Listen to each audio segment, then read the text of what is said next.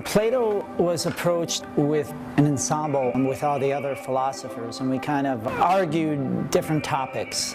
It's a very team-oriented process. But the most important thing within that, though, is that the trust is there. With this particular show, more so than a lot of shows that I've done, you really have to have trust in your fellow actors on so many different levels. Obviously, it's a very heavy movement-based piece. The choreography is all connected.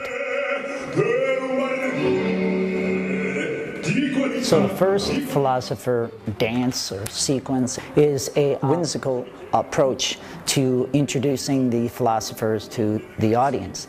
Kind of deliberating on particular things in our own head, and you get to see us kind of thinking, what's that, you know, and we all kind of mingle in amongst all our thoughts. And finally, it gets resolved.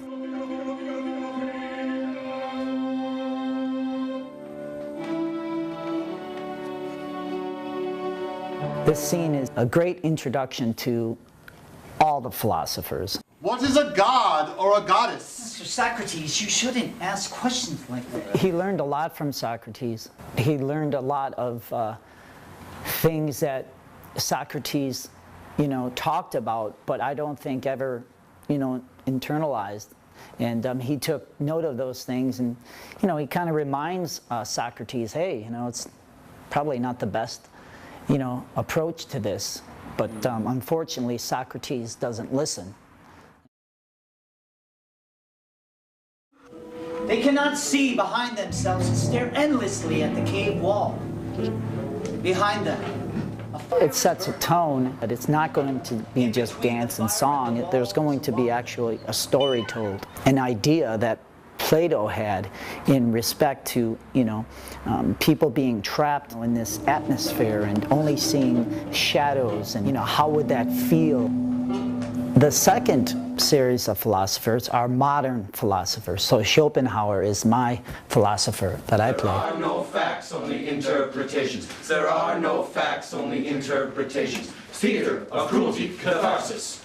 Theater of cruelty, We catharsis. all have these thoughts that you really get to see and analyze and take note of. Religion is the masterpiece of animal training, for it teaches people how to think. After your death, you will be where you were before your birth. Schopenhauer.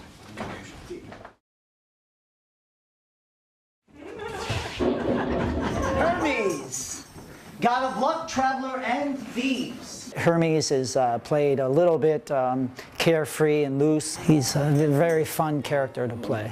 Hermes has wings. The approach was how I could move within the scene and exit and enter the scene with that same motivation. After some conversations, we found that wearing socks was a way that I could come in and exit a scene very fast and free. That in itself led me to heighten up Hermes' intentions.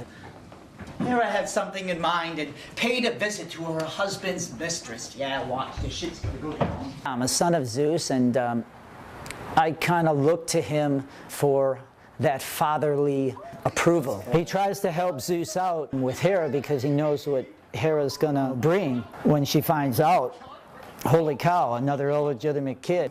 Well, you know, but leave it to Hermes to try to solve that and put a blanket over it to, you know, deflect the wounds, if you will. It's your leg! Trust me, no one will know. It'll be perfect. He's always there, he's always present, and within the family of the other gods and his brothers and sisters specifically, it's still known that he's one of the illegitimate children. He probably didn't have a comfortable bed as they did when they were growing up, you know, but that's all right. He pushes through and makes the most of it.